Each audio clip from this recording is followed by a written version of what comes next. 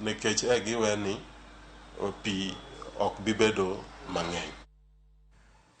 Kapolo nitie weche motenore koda chal mar kor lwasi kata koth migeno ni biro chwe mar El Nino wadhi kaunti ma Mombasa kama apisas mag riwruok mochung'ne rakore gi masiche ma apoya mano Kenya Red Cross kaachiel kod mago ma kaunti ma Mombasa ne otimo limbe gwenge mopogore e kaunti no marango ikruok moseketi mar rakruok gi pi oula.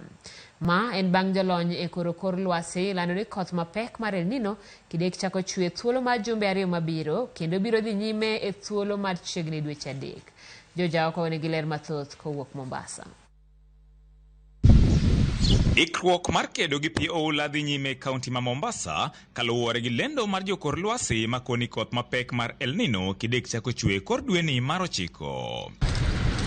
Kae, apisas mag tend kaunti ma Mombasa kaachiel kod mag Kenya Red Cross mochung'ne rakore gi masiche ma apoya ne otimo limbe e gwenge ma Utangi ma pi osebedo kapong'o mar rango ikruok mantiere. Sisi kama department ya planning tumeassess area.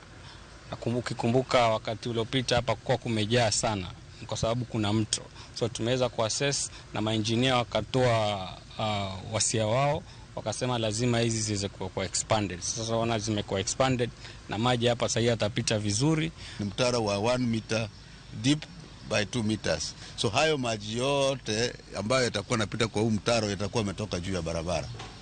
Which means yale madhara ambayo yalikuwepo yatakuwa yamepunguzwa na kiwango cha haya maji ambayo yameingia hapa ndani. Achiel kuom midhieche mikoni osebedo kanyayo wach pi oula en onge mar odundu mag tero pi oula kaachiel kod dinruok mag odundu manok mantiere. Wasebedo kwayawo yore mag pi mataka odino, wasebedo ka kuonde mabe pi jachendo kaka koro kama nitie Utange kani. Nitie drainage system ma wagero ka maber ma en 1.2 meters by 1 meter ma en kama duong' yo mar pi maduong' maber mabiro konyo ahinya e drain area ni. One was just to check on our general level of preparedness, our collaboration. That's the first thing that we are taking stock of. The second, we are looking at the infrastructure development that the Mombasa County government has put in place following the assessments from the previous rains. And that is what we are looking at right now.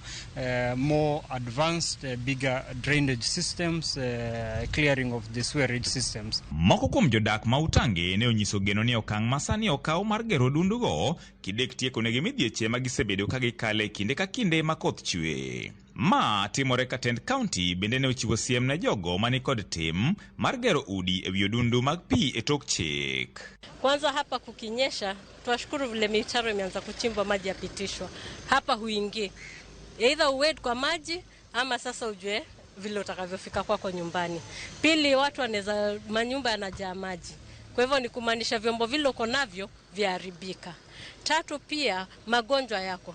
Tunajua kuna magonjwa kama bilharzia snails zitakuwa, kuna pia mosquitoes kubreed. Mombasa tunajua it's a humid area, kwa hivyo kuna malaria. Pia ukia submit plan zako na ukiapproviwa ujenge vilivyoapproviwa fanya hivyo. Kwa sababu ukifika wakati hatuwezi kuruhusu maisha ya maelfu yaharibike kwa sababu ya mtu mmoja. Tutadili na wewe ili watu wapate nafuu. Esechegi mudong' mana jumbe 2 to koth mapek mar El Nino chwe kaka jokor lwasi nowacho. Tend kaunti ma Mombasa koni osechako dhi nyime kod chenro magi mar neno ni girakore gi pi oula mondo mi kik roch ngima jodak. George Aoko, Ramogi TV, Mombasa.